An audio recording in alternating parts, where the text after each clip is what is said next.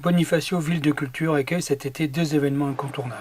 Il sera possible d'admirer dans différents endroits de la ville le formidable travail de street art de P-Boy.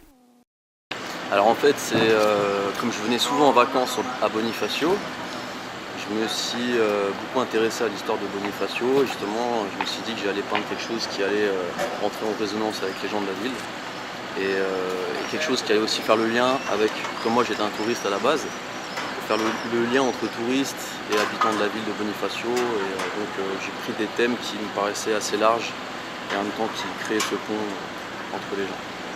Parce que ça fait pas longtemps que je fais de la couleur. Avant je faisais beaucoup du noir et blanc ou justement par peur de faire des couleurs. Donc là c'est une façon de se lancer, de tester. J'ai vraiment choisi les couleurs surtout sur l'environnement. J'essaie de prendre des couleurs qui ne tranchent pas trop non plus avec l'environnement et en même temps qui peuvent être aussi violentes. Enfin, j'essaie de trouver un équilibre. Depuis l'expo de l'AC, on essaie de pérenniser de façon mutualisée avec l'Office de tourisme l'art dans la rue à Bonifacio, qui est un site déjà en soi, mais si on y met de l'art, c'est encore mieux.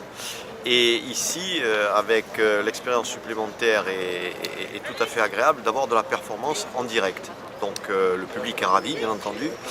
Et quand on a travaillé sur cette expo de street art avec P-Boy, on a travaillé aussi en lui laissant une totale liberté sur l'imaginaire bonifacien, ce que ça pouvait faire émerger.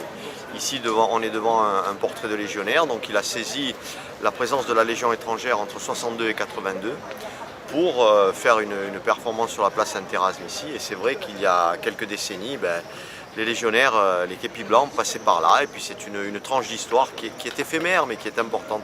Alors il y a Pasquale Paoli, il peut y avoir autre chose. En tout cas, il a accroché selon son inspiration et en fonction d'une étude, on lui a fourni de la bibliographie comme ça, et il a laissé aller son imaginaire. À l'espace Saint-Jacques, l'exposition organisée par Anne Alessandri, directrice du FRAC de Corse, sur le thème de la promenade, vous entraînera sur des sentiers inattendus.